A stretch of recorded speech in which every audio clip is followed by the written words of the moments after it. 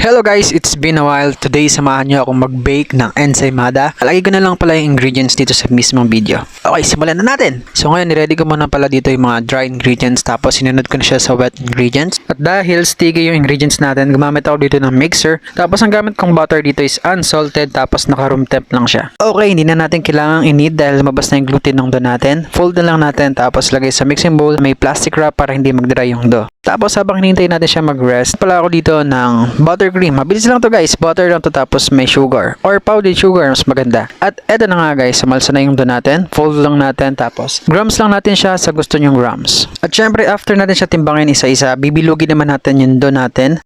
Tapos nga pala guys, ang unang rest nga pala ng dough ko is 30 minutes. Tapos itong maliliit na to is 1 hour para mag-double in size yung ating ensaymada. Tapos tatakpan ko lang pala dito ng plastic para hindi mag-dry yung dough natin.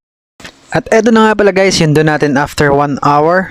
25 grams nga lang pala to guys. Tapos lalagyan na natin siya sa ating oven na preheated. Tapos 210 degrees Celsius, 14 minutes. And after 14 minutes, eto na siya guys, luto na. Tapos lalagyan na lang natin siya sa ibabaw ng buttercream tapos cheese sa ibabaw.